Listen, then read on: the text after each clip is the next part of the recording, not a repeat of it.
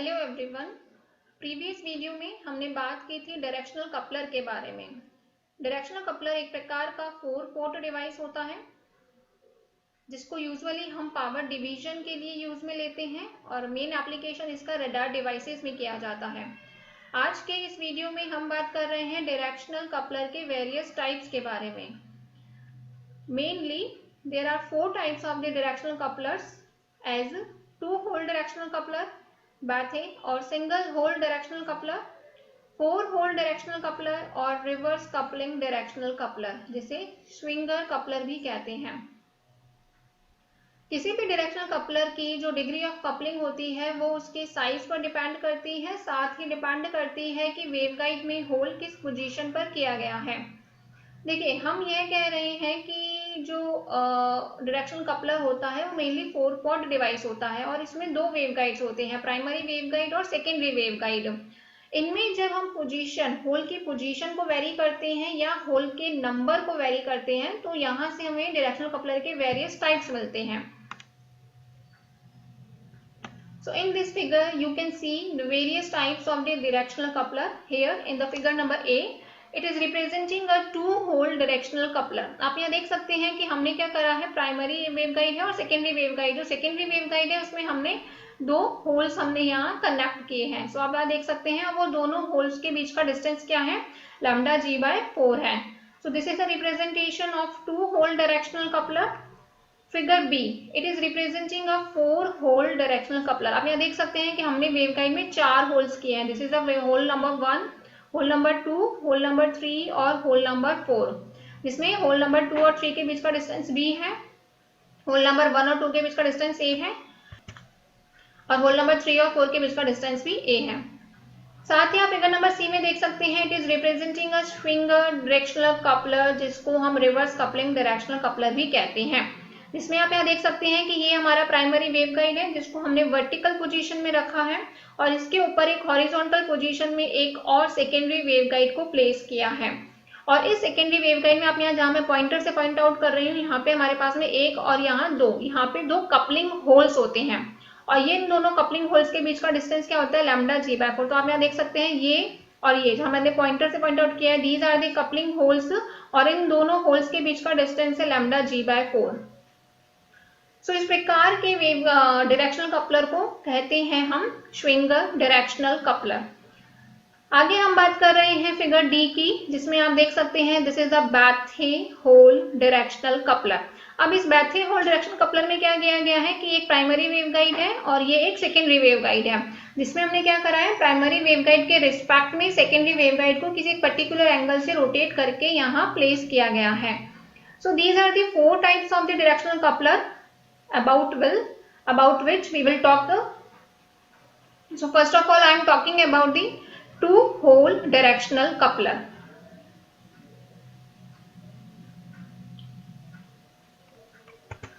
So now I am talking about 2 hole directional coupler. इसको हम एक फिगर के द्वारा रिप्रेजेंट करेंगे। अब क्योंकि जैसा कि नाम से हमें समझ में आ रहा है, एक ऐसा डायरेक्शनल कपलर है जिसमें 2 होल्स किए गए हैं। सो इसमें क्या होता है, it have 2 portions of the incident wave fronts in waveguide. कि एक टाइप से डायरेक्शनल कपलर क्या होता है, ये वेवगाइड के ही बने होते हैं, जिसमें 2 टाइप के वेवगाइड होते हैं, प्राइमरी वेवगाइड होता है और एक सेकेंडरी वेवगाइड होता है। हम इनको क्या करते हैं, इन दोनों वेवगाइड्स को अटैच कर देते हैं, साथ ही हम उसमें कुछ होल्स कर देते हैं। सो हम ये कह रहे हैं इसमें क्या होता है, इस वेवगाइड में 2 पोर्शन होते हैं इंसिडेंट वेव फ्रंट के। देखिए, हम इसको फर्दर डायग्राम के द्वारा हम फर्दर रिप्रेजेंट कर सकते हैं। ये देखिए,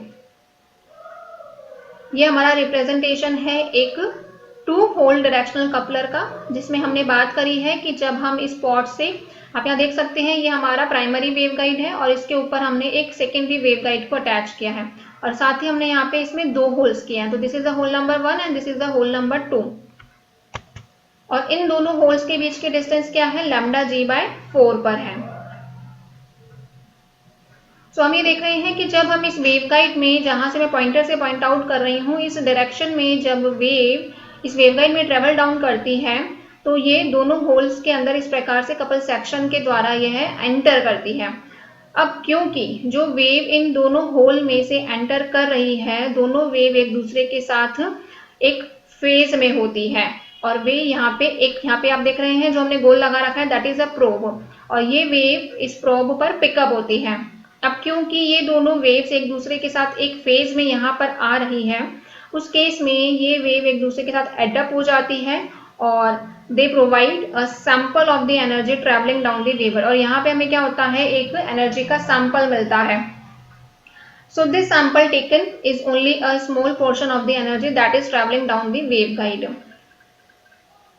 हालांकि ये जो हमें सैम्पलिंग मिल रही है यहाँ पे इस केस में, जो इस प्रोब पर हमें एनर्जी सैम्पलिंग मिल रही है, इस सैंपल का जो मैग्नीट्यूड होता है that is proportional to the magnitude of the energy in the waveguide.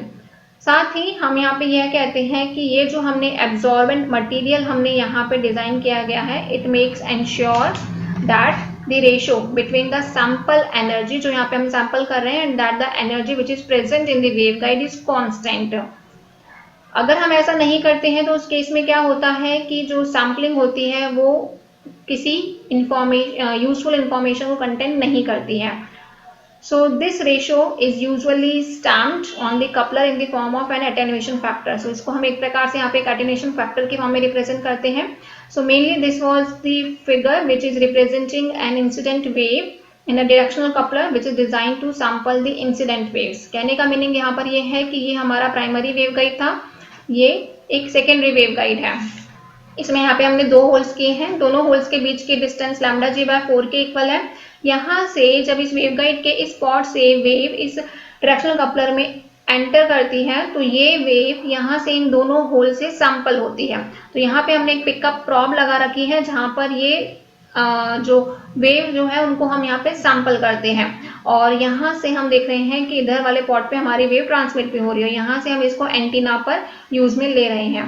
तो हम ये कह रहे हैं कि हम यहाँ पे ये जो एनर्जी हमारी सैंपल हो रही है यहाँ पे उसका रेशो एंड जो एनर्जी वेवगाइड में प्रेजेंट है उसका रेशो कांस्टेंट होना चाहिए। अदरवाइज क्या होता है, हमें कोई इंफॉर्मेशन यूजफुल इंफॉर्मेशन हम उस केस में प्रोवाइड नहीं कर सकते हैं। ये तो अभी हमने बात की थी किसी भी डायरेक्शनल कपलर के लिए इंसिडेंट वेव की। फर्दर हम इसी को आगे डिस्कस करेंगे 2 होल डायरेक्शनल कपलर को ही एक रिफ्लेक्टेड एनर्जी के लिए। सो देखिए, now I am talking about the case of the reflected wave in 2 hole directional coupler. So आप यहाँ पे देख सकते हैं कि ये अगेन 2 होल डायरेक्शनल कपलर है। This is a primary waveguide, this is a secondary waveguide. यहाँ पे 2 होल्स किए गए हैं, इन दोनों होल्स के बीच का डिस्टेंस λg/4 के इक्वल है। और अब क्योंकि हमने बोला था ये स्पॉट से तो हम इनपुट इंसिडेंट करवा रहे थे और यहाँ पर हम एंटीना पर उस आउटपुट को एक्सट्रैक्ट कर रहे थे, बट हम अब इस केस में यह कह रहे हैं कि यहाँ से अगर हमारी वेव रिफ्लेक्ट हो रही है, सो इस फिगर के द्वारा हमें किसी भी डायरेक्शनल कपलर में रिफ्लेक्टेड एनर्जी के इफेक्ट को हम यहाँ इलस्ट्रेट कर रहे हैं। अब हम यहाँ देख सकते हैं कि जब वेव यहाँ पे रिफ्लेक्ट होती है और जब वो वेव इन होल में से पास आउट होती है तो ये दोनों जो वेव होती है ये सेम डिस्टेंस पिकअप प्रॉप पे फॉलो नहीं करते हैं। अब आप यहाँ पे देख सकते हैं मैंने वेव को 2 लाइन से डिनोट किया है, एक तो डॉटेड लाइन है और एक सॉलिड लाइन है। ये दोनों वेव को मैंने डॉटेड लाइन से रिप्रेजेंट किया है। डॉटेड लाइन वाली वेव तो डिस्टेंस ट्रेवल करती है λ/2। So this dotted line, the wave represented by the dotted line travels the distance λ/2, और इस प्रकार से ये इस प्रॉप पर पहुंचती है तो यहाँ पे 180 डिग्री आउट ऑफ फेज होता है with respect to the wave represented by the solid line. तो यहाँ हम देख सकते हैं कि सॉलिड लाइन यानी कि इस होल से आने वाली वेव और डॉटेड लाइन यानी कि इस होल से आने वाली वेव, इन दोनों के बीच में 180 डिग्री का फेज शिफ्ट यहाँ जनरेट होता है जब हम बात कर रहे हैं रिफ्लेक्टेड वेव की। साथ ही हम यहाँ ये कह रहे हैं कि इस डायरेक्शनल कपलर में जो 2 होल्स हैं उन दोनों होल्स के सेंटर के बीच की डिस्टेंस जो होती है that is given by that is a capital L is equal to the 2n+1 into the λg/4। यहाँ पर n जो है वो कोई एक पॉजिटिव नंबर है। अब क्योंकि हम यहाँ पे ये कह रहे हैं कि जो प्रॉब पर जो वेव पहुंच रही है उनके बीच में 180 डिग्री, यहाँ देख सकते हैं ये हमारी प्रॉब है, ठीक है, ये हमारा मैच टर्मिनेशन है और ये हमारी प्रॉब है। सो हम ये कह सकते हैं कि जब इस प्रॉब पर वेव पहुंचती है तो उनके बीच में 180 डिग्री का फेज शिफ्ट होता है, जिसकी वजह से वो दोनों एक दूसरे को कैंसिल आउट कर देते हैं और इस पिकअप प्रॉब पे कोई भी एनर्जी इंड्यूस्ड नहीं होती है।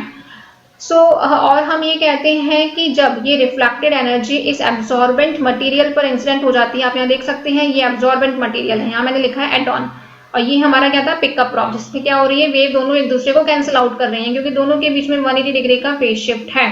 बट जब हम बात करते हैं एब्जॉर्बेंट मटेरियल की, कि जब रिफ्लेक्टेड एनर्जी एब्जॉर्बेंट मटेरियल पर अराइव करती है तो उस केस में ये दोनों वेव एक दूसरे के साथ एड ऑन हो जाती है and it is absorbed by the material.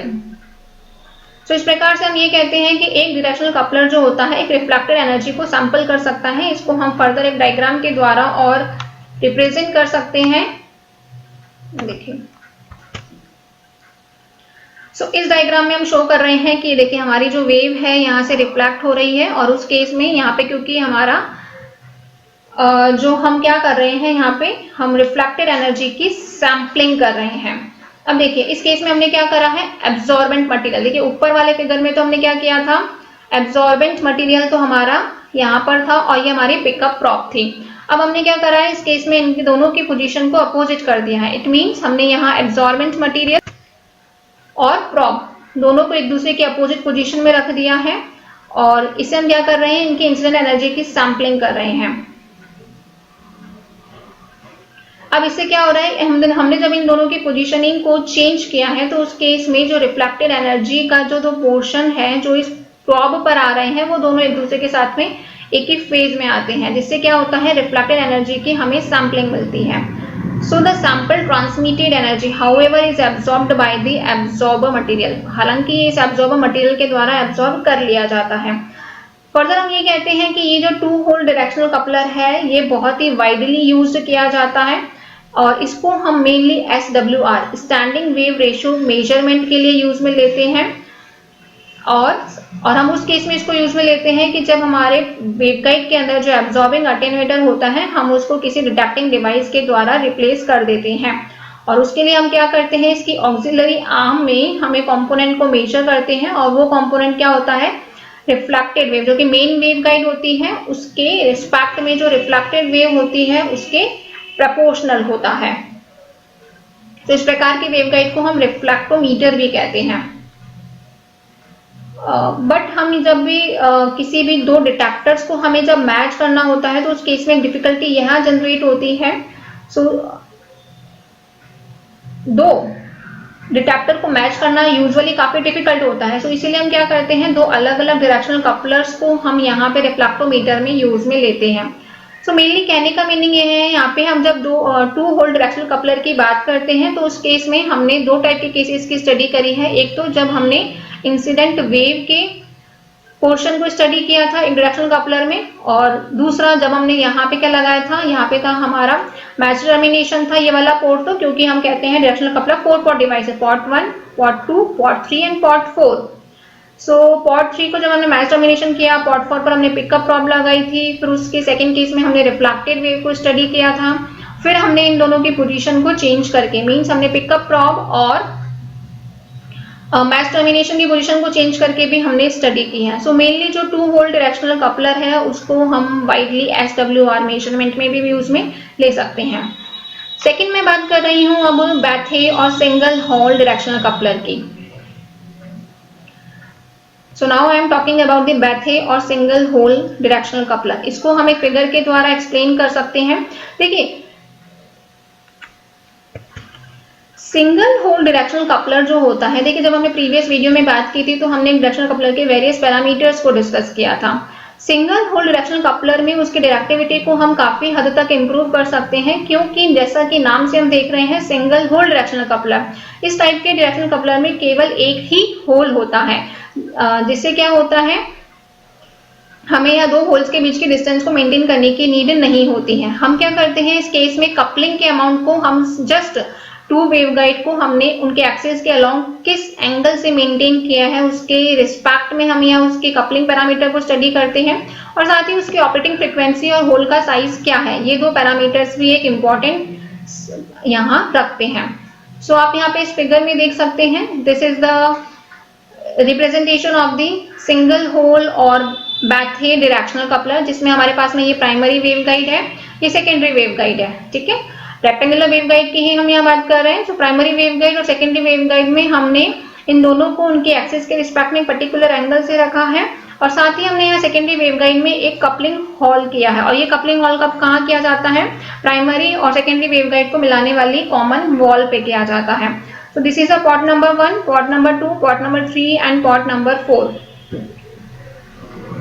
और ये उनका एक्सिस है जिसके अलोंग एक दूसरे के रिस्पेक्ट में ये थीटा एंगल पर मेंटेन किए गए हैं।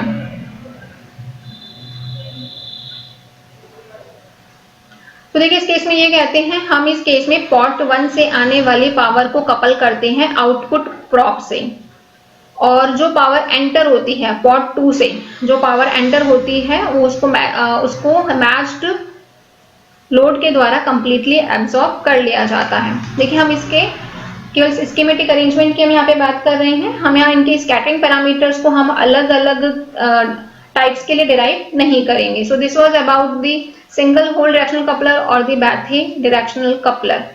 आगे मैं बात कर रही हूँ थर्ड टाइप के डायरेक्शनल कपलर की, that is a multi hole directional coupler. Multi hole directional coupler की जो वर्किंग होती है वो एक टाइप से टू होल डायरेक्शनल कपलर के ही जैसी होती है और इसमें हम क्या करते हैं, इनके ऑपरेशन की जो फ्रीक्वेंसी होती है हम उनमें होल की साइज के वेरिएशन के द्वारा अचीव कर सकते हैं। अब क्योंकि नाम समझ में आ रहा है मल्टी होल डायरेक्शनल कपलर यानी कि एक ऐसा डायरेक्शनल कपलर जिसमें हमने बहुत सारे होल्स किए हैं और ये जो होल्स होते हैं ये वेवगाइड के नैरोअर साइड के अक्रॉस ड्रिल्ड किए जाते हैं और इसके द्वारा हम एक हाई पावर ऑपरेशन हम यहाँ जनरेट कर सकते हैं और सक्सेसिव होल्स के बीच का डिस्टेंस जो रखा जाता है that is of the order of the lambda G by 4। So आप यहाँ देख सकते हैं this is a hole number 1, hole number 2, hole number 3 और होल नंबर 4 जिसमें हम क्या कर रहे हैं, ये हमने कोई इनपुट, देखिए हमने यहाँ पे कोई इनपुट फैड किया तो यहाँ से ट्रांसमिट हो रहा है और इधर से रिफ्लेक्ट भी हो रहा है। तो इस प्रकार से हमने यहाँ पे पोर्ट 2 और पोर्ट 4 के रिस्पेक्ट में एक मल्टी होल डायरेक्शनल कपलर के लिए हमने यहाँ इसका रिप्रेजेंटेशन शो किया है। अब हम इसी मल्टी होल डायरेक्शनल कपलर के द्वारा हम एक 3 पोर्ट डायरेक्शनल कपलर भी हम बना सकते हैं। इसमें हमें ज्यादा कुछ नहीं करना होगा, सिंपल हमें इसके पोर्ट 4 पर हमें एक मैच्ड टर्मिनेशन लगा देना होगा। तो जब हम इसके पोर्ट 4 पे एक मैच्ड टर्मिनेशन लगा देते हैं तो हमें यहाँ पे एक 3 पोर्ट डिवाइस हमें मिल जाता है जिसको हम एक फिगर के द्वारा हम फर्दर एक्सप्लेन कर सकते हैं। ये देखिए हमने क्या करा है, जो हमारा मल्टी होल डायरेक्शनल कपलर था, जो हमारा पोर्ट नंबर 4 था, देखिए एक hole number 1, hole number 2, hole number 3। अब हमने क्या किया, जो चौथा होल था उसमें हमने क्या करा, यहाँ पे एक मैच्ड टर्मिनेशन लगा दिया है। तो इस प्रकार से हमें यहाँ पे एक 3 पोर्ट डिवाइस मिलता है। तो this is a port number 1, port number 2 and this is a port number 3। तो यहाँ से जब हम इनपुट दे रहे हैं, यहाँ तो हमने इसको मैच्ड कर दिया है, दिस इज द इनपुट, इस पोर्ट पे हम इनपुट प्रोवाइड करवा रहे हैं, यहाँ से हम आउटपुट रिजेक्ट कर रहे हैं और यहाँ पे हम पावर कपल्ड कर रहे हैं।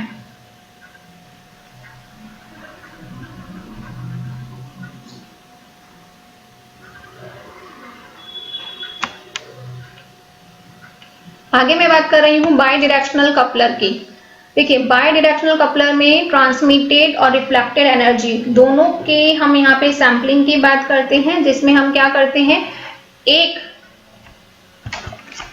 वेवगाइड पर हम 2 डायरेक्शनल कपलर्स को अपोजिट डायरेक्शन में माउंट करते हैं। देखिए हम इसको एक फिगर के द्वारा हम और अच्छे से एक्सप्लेन करेंगे। ये देखिए ये है बाय डायरेक्शनल कपलर का डायग्राम। आप इस डायग्राम में देख सकते हैं ये हमारा एक वेव गाइड है, this is the wave guide, rectangular wave guide है और इस रेक्टेंगुलर वेव गाइड पे हमने क्या करा है, डायरेक्शनल कपलर को अपोजिट डायरेक्शन में प्लेस किया है। तो देखिए अपोजिट डायरेक्शन में आप यहाँ देख सकते हैं ये हमारे ए आर्म, ये इसका ए है, दिस इज अ बी, यहाँ पे हमने होल्स किए हैं, ठीक है। इन दोनों होल्स के बीच का डिस्टेंस क्या है, लैम्डा जी बाय 4 है। तो देखिए यहाँ पे हमने क्या करा, पिकअप प्रॉब है, यहाँ पे एब्जॉर्प्टिव मटेरियल है। अब हम क्योंकि ये कह रहे हैं कि ये दोनों डायरेक्शनल कपलर को हम इन दोनों के अपोजिट डायरेक्शन में प्लेस करते हैं, तो जहां पे हम ऊपर वाले डायरेक्शन कपलर की बात कर रहे हैं, जहां राइट साइड में पिकअप प्रॉब या आउटपुट प्रॉब है और लेफ्ट साइड में एब्जॉर्प्टिव मटेरियल है, तो वहीं नीचे वाले डायरेक्शनल कपलर में हमें राइट साइड में एब्जॉर्प्टिव मटेरियल होता है तो लेफ्ट साइड में पिकअप प्रॉब होती है। So this is known as the bidirectional coupler. So इस प्रकार से अभी हमने बात करी है 4 टाइप के डायरेक्शनल कपलर की, जिसमें हमने बात करी थी 2 होल डायरेक्शनल कपलर की, बैथे यानी single hole directional coupler, multi hole directional coupler या 4 होल डायरेक्शनल कपलर की हमने बात करी है और साथ ही हमने बात करी है रिवर्स कपलिंग डायरेक्शनल कपलर की।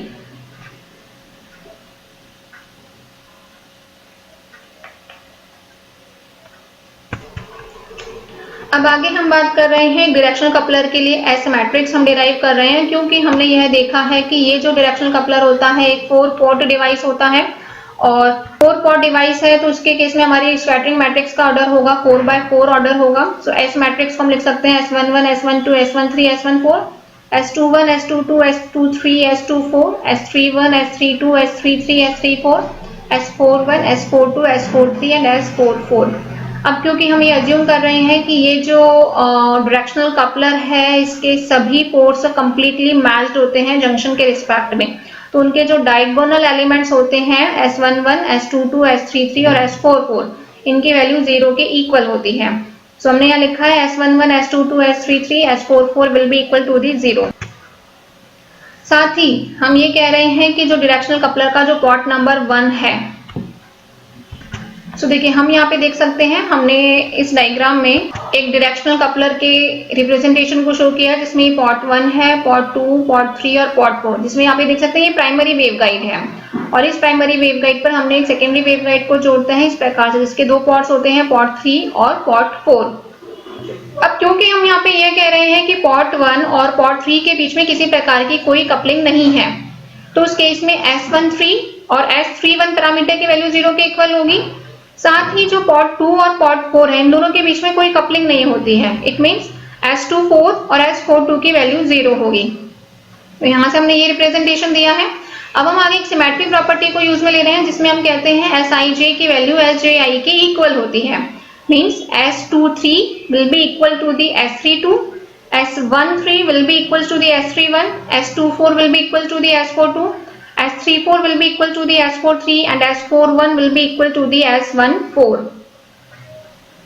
जब हम इन सारी वैल्यूज को हमारी जो यहाँ पे स्कैटरिंग मैट्रिक्स है उसमें जब हम रिप्लेस करते हैं तो हमारी स्कैटरिंग मैट्रिक्स हमें इस फॉर्मेट में मिलती है।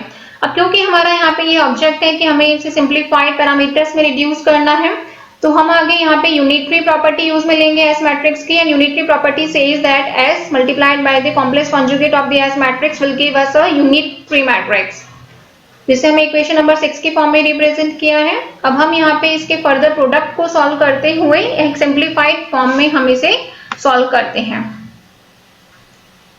तो जब हमने R1C1 प्रोडक्ट देखा, तो देखिए जब हम R1C1 देखेंगे, this is the row 1 and this is the column 1, तो हमें क्या मिलेगा S12 का complex conjugate plus S14 multiplied by S14 का complex conjugate will be equal to the 1, means mod of S12 का square plus mod of S14 square will be equal to the 1।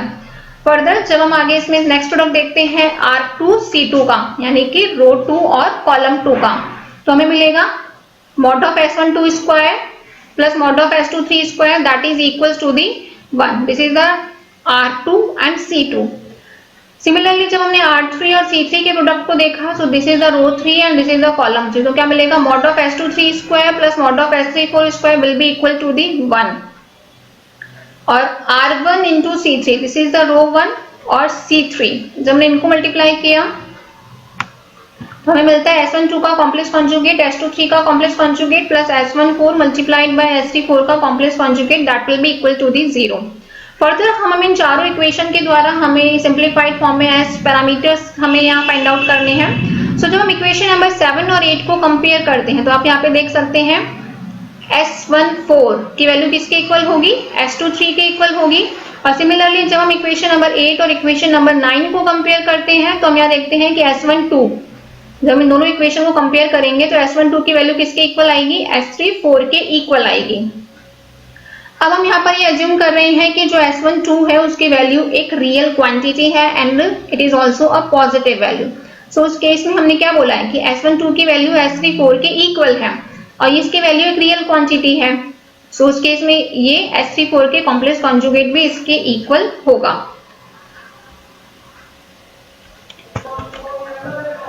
सो अब हमने यहाँ पे जो हमारी इक्वेशन नंबर 10 है उस इक्वेशन नंबर 10 हमने ये सारे अजम्पशंस पुट ऑन किए हैं। देखिए S12 का कॉम्प्लेक्स कॉन्जुगेट हमने बोला है ये रियल क्वांटिटी है, तो S12 का P के इक्वल होगा कॉम्प्लेक्स कॉन्जुगेट भी, तो यहाँ से हमें P के बराबर मिला।